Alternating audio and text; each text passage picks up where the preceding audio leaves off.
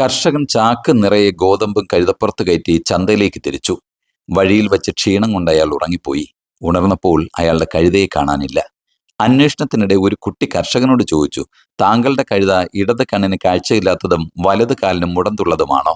അതിന്റെ പുറത്ത് ഗോതമ്പ് ഇയാൾക്കുണ്ടായിരുന്നോ? കർഷകൻ പറഞ്ഞു, അത് തന്നെയാണ് എൻ്റെ കഴുത. കുട്ടി പറഞ്ഞു, പക്ഷെ ഞാനതിനെ കണ്ടിട്ടില്ല.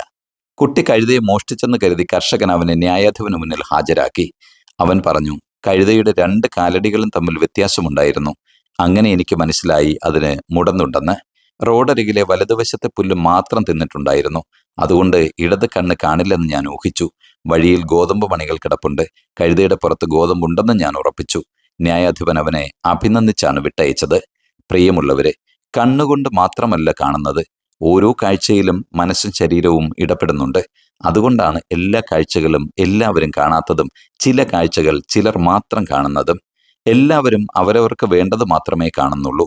സ്വന്തം കണ്ണുകളെ തൃപ്തിപ്പെടുത്തുന്നതും സ്വയം വിശ്വസിക്കാൻ കഴിയുന്നതുമായ കാഴ്ചകളോടാണ് മനസ്സിനും ആഭിമുഖ്യം. അത്തരം കാഴ്ചകൾ കൺമുന്നിലില്ലെങ്കിലും ദൃശ്യമാകും. അല്ലാത്ത കാഴ്ചകൾ കൺമുന്നിലുണ്ടെങ്കിലും കണ്ണിൽ പെടാറുമില്ല. പലതരം ശരികളുണ്ട്. സ്വന്തം ശരി, അപരന്റെ ശരി, യഥാർത്ഥ ശരി.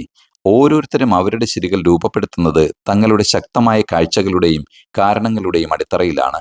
ആ കാഴ്ചകൾക്കും കാരണങ്ങൾക്കും സ്വയം പ്രതിരോധത്തിന്റെ ബലഹീനതയുണ്ട്. സ്വയം കണ്ട് സ്വയം തീർപ്പ് കൽപ്പിക്കുന്നവർ സ്വന്തം കാഴ്ചകളുടെ അടിമകളായിരിക്കും. അവർക്ക് സ്വതന്ത്ര നിരീക്ഷണങ്ങളോ സത്യസന്ധമായ വിലയിരുത്തലുകളോ ഉണ്ടാകണമെന്നില്ല. നിഷ്പക്ഷമായി നിരീക്ഷിക്കാൻ എളുപ്പം കഴിയണമെന്നില്ല. പക്ഷേ കണ്ട കാഴ്ചകൾക്ക് പിന്നിൽ കാണാത്തവയും ഉണ്ടാകുമെന്നത് വിസ്മരിക്കരുത്.